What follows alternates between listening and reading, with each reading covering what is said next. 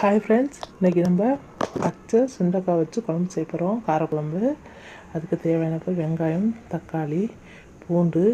இப்போ ஃபேனில் ஆயில் ஊற்றி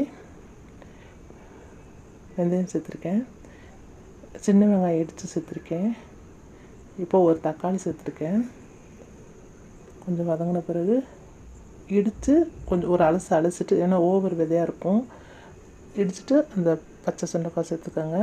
நான் ஒரு உருளைக்கிழங்கு சேர்க்குறேன். பூண்டு சேர்த்துருக்கேன். இப்போ கொஞ்சம் வதங்கட்டும். கருவேப்பிலை சேர்த்து இப்போ எல்லாம் வதங்கிருச்சு. இப்போ தனியாத்தூள், மிளகாத்தூள், மஞ்சத்தூள் சேர்த்துருக்கேன். புளி கொஞ்சமாக கரைச்சிருக்கேன். வதங்கின பிறகு புளியை சேர்த்துக்கலாம். நான் சால்ட்டு சேர்த்துட்டேன், அதை பார்த்துக்கோங்க. உங்களுக்கு தேவைக்கப்போ சேர்த்துக்கோங்க. இப்போ நான் உப்பு புளி காரம்லாம் பார்த்துட்டேன், கரெக்டாக இருக்குது. நம்ம நல்லா கொதிச்சோன்னே தேங்காய் மட்டும் அரைச்சி ஊற்றி ஆஃப் பண்ணிக்க வேண்டியதான். அவ்வளோதான். டேஸ்ட்டாக இருக்குது. நீங்கள் செஞ்சு பாருங்கள்.